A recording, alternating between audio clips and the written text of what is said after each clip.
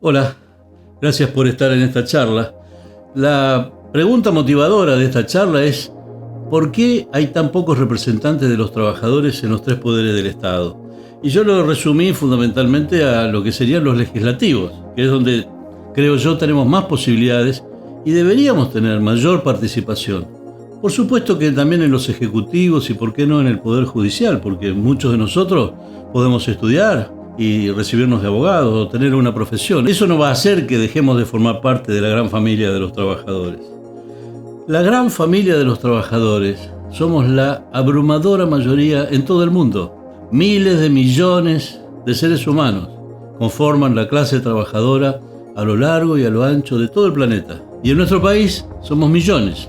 Y esos millones no se ven reflejados en los órganos legislativos, en los consejos deliberantes, en las legislaturas provinciales, en el Congreso de la Nación. ¿Cuál es el motivo?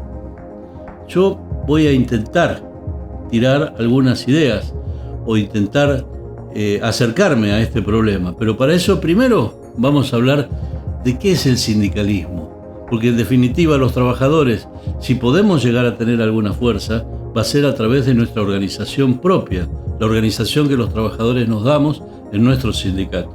Yo propongo hablar de estas cosas que tienen que ver con la representación de los trabajadores en los órganos del Estado, porque como lo dije en la presentación o en el anuncio de esta charla, un gran sabio nos dijo alguna vez que si los trabajadores no participamos en política, vamos a tener muy poco que agradecerles a los que hacen la política. O dicho de otra forma, si los trabajadores no participamos en política, la política no solamente se hace sin nosotros, lo más probable es que se haga en contra de nosotros, que lo vamos a analizar a través de la historia. Esto es lo que ha venido pasando. Ese gran sabio se llamaba Juan Domingo Perón, de él vamos a hablar también en otras oportunidades. Pero lo primero que me parece importante abordar es qué es el sindicalismo y cuál es la esencia del sindicalismo. La esencia del sindicalismo para mí, humildemente, creo que es la solidaridad, el sentido del compañerismo, el sentido de pertenencia. Cuando en un trabajo cualquiera una persona es elegida delegado, naturalmente, es porque es el compañero más compañero, el compañero más solidario, ese al que recurrimos cuando tenemos alguna duda, cuando tenemos alguna pregunta o cuando queremos que se le diga algo a nuestro empleador. Bueno, por eso creo que en la base misma de la organización sindical, que son los delegados de trabajo, está presente la solidaridad, el sentido de pertenencia, el compañerismo.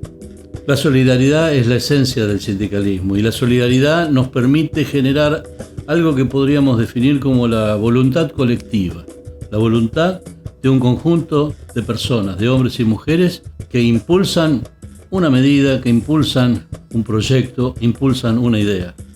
A mí me gusta decir que cuando uno toma la decisión de ser parte de una causa gremial o política, porque nos interesa la participación en la política, en realidad uno tiene que tomar una decisión que es sumamente trascendental, que es resignar una parte de su libertad. ¿Cómo resignar una parte de su libertad? Sí, porque si yo quiero ser parte de un grupo y, por ejemplo, somos 20 en el grupo y 18 piensan de una manera y 2 pensamos distinto, yo tengo 2 alternativas: o acepto la voluntad de la mayoría o me voy de la organización. Nosotros creemos que lo correcto es aceptar la voluntad de la mayoría, tener conciencia de que la voluntad colectiva es superior a mi propia voluntad, aunque yo por ahí pienso distinto que la mayoría y voy a seguir pensando distinto, pero acato la voluntad de la mayoría. Ese es el pensamiento de cualquier trabajador: tener la solidaridad y reconocer y de alguna manera aceptar el trabajo de los demás, lo que pasa en una línea de producción, lo que pasa en cualquier trabajo colectivo. El trabajador recibe algo de un compañero y se lo da a otro en una línea de producción. Eso hace que tengamos conciencia de que nuestro trabajo no es individual, es colectivo. Bueno, en las organizaciones es parecido. También nosotros tenemos que tener esa actitud de respeto por el otro y de respeto sobre todo por la voluntad mayoritaria. ¿Qué sucede cuando esto no es respetado? Bueno, empieza a introducirse el individualismo. Yo digo que son las ideas liberales, que pueden ser de derecha o de izquierda, Las ideas liberales nos llevan a decir que no, yo no estoy de acuerdo con la mayoría, entonces me junto con el otro que piensa como yo y armo otra organización. ¡Ojo! Cuidado con eso. Porque la unidad sindical, la unidad de las organizaciones sindicales, no debe ser tenida como una táctica. Es un objetivo trascendente, político y permanente, porque es la unidad la que nos da la fuerza. Lo decíamos el otro día en un pequeño escrito. Es como una soga. La soga está compuesta por un montón de hilitos. Esos hilos individualmente se rompen fácilmente, pero cuando está hecha la soga, esa unidad de esos hilitos es indestructible. Esa es la fuerza que tienen las organizaciones sindicales y por eso tan importante defender la unidad de las organizaciones sindicales. Y por eso tenemos que combatir el individualismo, el liberalismo que a veces se mete en nuestras filas porque vivimos en una sociedad muy penetrada por las ideas individualistas, liberales. Nosotros creemos que el camino tiene que pasar por otro lado. Primero y principal, la unidad de las organizaciones sindicales. Segundo, la participación política de los trabajadores a través de sus organizaciones sindicales. Es importante repasar el concepto de la solidaridad de las organizaciones sindicales, la esencia del sindicalismo. Cuando el trabajador está solo y tiene un problema con su empleador y tiene que ir a defender sus derechos, el empleador por ahí tiene contadores, abogados, ejecutivos que le pueden defender, el trabajador está solo. Pero si está afiliado a un sindicato, el sindicato tiene contadores, abogados y gente que lo puede defender. ¿Por qué? Porque cada trabajador aporta una cuota sindical, una cuota solidaria para que ese sindicato tenga esa fuerza, tenga esa estructura como para poder defender los intereses colectivos de todos los trabajadores. Y si además de eso se afilia al sindicato, puede participar también de las decisiones, elegir sus autoridades. Esa es la esencia del funcionamiento sindical y por eso digo que tenemos que defender su funcionamiento, defender la unidad de las organizaciones sindicales, porque sin esa unidad es imposible ejercer la fuerza que necesitamos para mostrar que somos la mayoría. Fíjense en ustedes que hay un dicho, ¿no?, muy conocido: divide y reinarás. Pero ese de divide y reinarás no es el dicho de los trabajadores, es el dicho de los poderosos. Ellos son pocos a lo largo de toda la historia, siempre han sido pocos. Y los débiles siempre hemos sido muchos. El divide y reinarás les sirve a los poderosos. Nunca nos sirve a nosotros que estamos más débiles. A nosotros lo único que nos sirve es la unidad de la soga, de todos los hilos de la soga. Entonces, ¿por qué se desarrolla una campaña sistemática en contra de los sindicatos? ¿Por qué se dice que a través de los medios de comunicación que los sindicatos arruinan a la sociedad? ¿Por qué se dice eso? Porque los sindicatos son peligrosos para esos poderosos que si por ellos fueran, les gustaría que la gente trabaje como al comienzo de la revolución industrial, de sol a sol, sin vacaciones, sin un salario digno, sin aguinaldo. Todas esas cosas que se lograron en el país y no nacieron de un repollo, se lograron porque existió una fuerza política transformadora que se inició en la famosa Secretaría de Trabajo y Previsión a cargo de un coronel que pocos conocían, que era el coronel Juan Perón, y que llegó a ser presidente de la nación por el voto fundamentalmente de los trabajadores. Él es el que hizo cambios que a lo mejor ya estaban en las leyes, pero no se aplicaban. No todo lo inventó Perón, pero él los ejecutó. Y eso posibilitó que los trabajadores pudiésemos llegar a tener hasta el 54% de la participación en la torta. Porque de eso estamos hablando. ¿Cómo se reparte la torta? ¿Cómo se reparten los beneficios?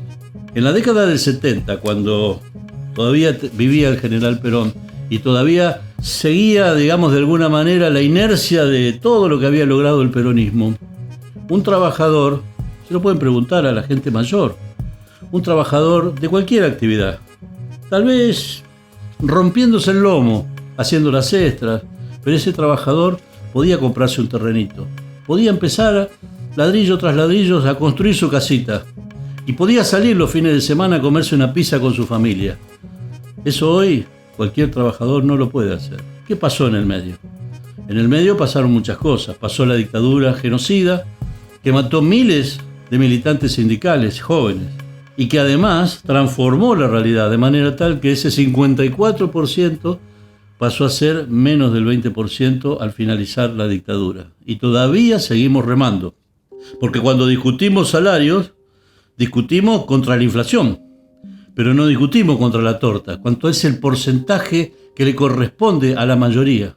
Perón decía 50-50, 50 y 50, que si vamos a estudiarlo bien tampoco es exactamente justo, pero bueno, no estamos en contra de que los empresarios ganen plata, estamos en contra de que los trabajadores no tengan salarios dignos.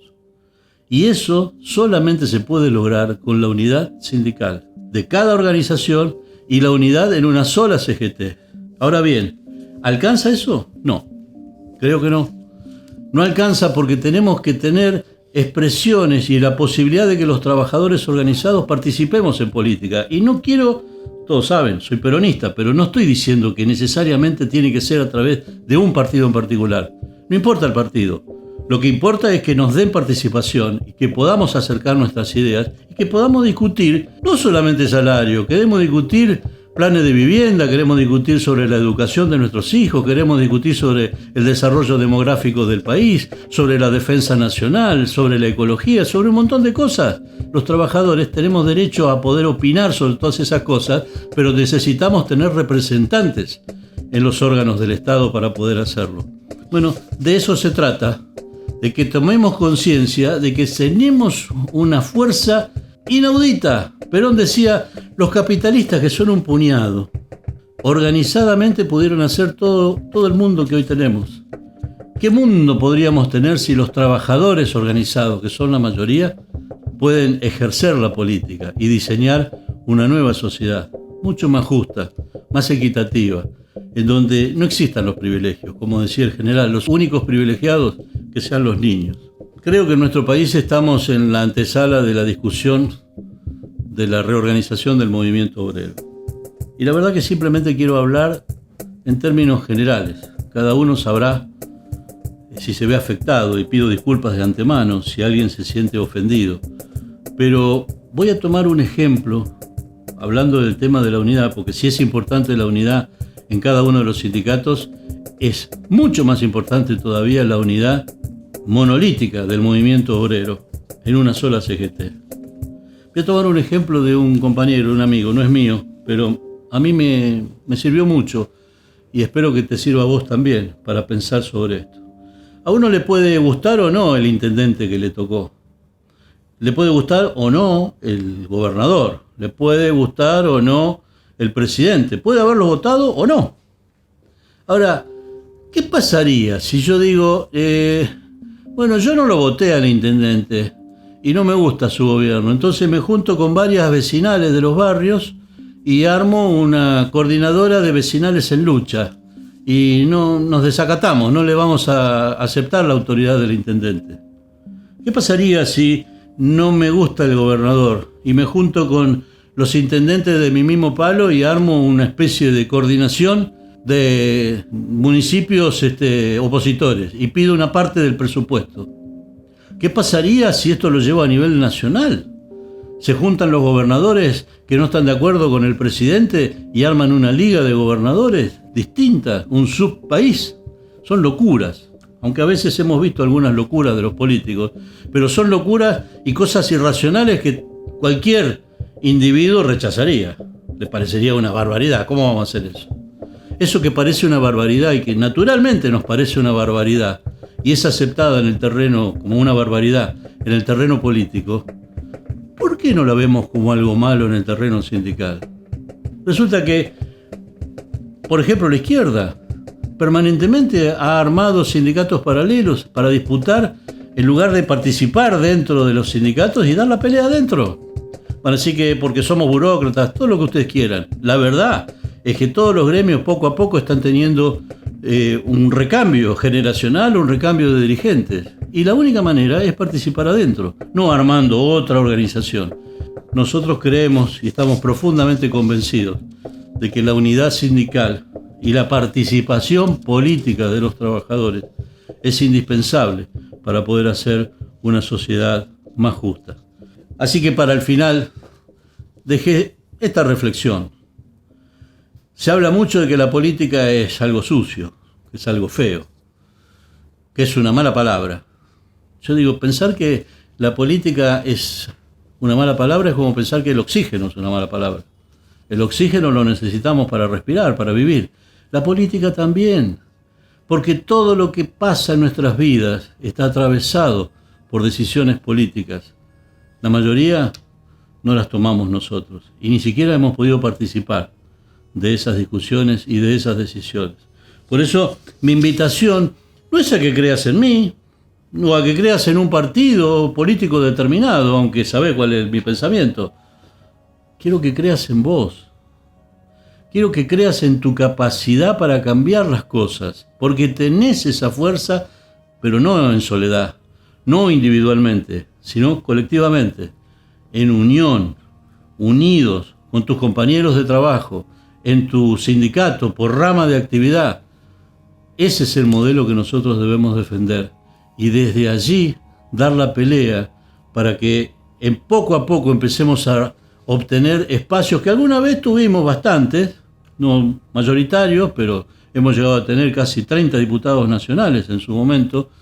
Y por qué no pensar en que podríamos tener muchos más si nos organizamos y si estamos unidos, si no estamos peleando permanentemente a ver quién es más importante, quién es más vivo. Lo importante es que entendamos que por encima de nuestras diferencias, que obviamente las tenemos, tiene que existir el elemento más importante, el interés más importante, que es el interés de los trabajadores. Que lo que queremos simplemente es una sociedad más justa. Y como dijo el Papa Francisco hace poco, ante la OIT, que nuestros salarios no sean salarios para sobrevivir, sino que sean salarios que nos permitan planificar, pensar y gozar de una vida digna. Si te gustó esto y nos querés seguir acompañando, te invito a que me des me gusta, que te suscribas a este canal y que toques la campanita para recibir notificaciones sobre los próximos encuentros. Espero que te haya agradado.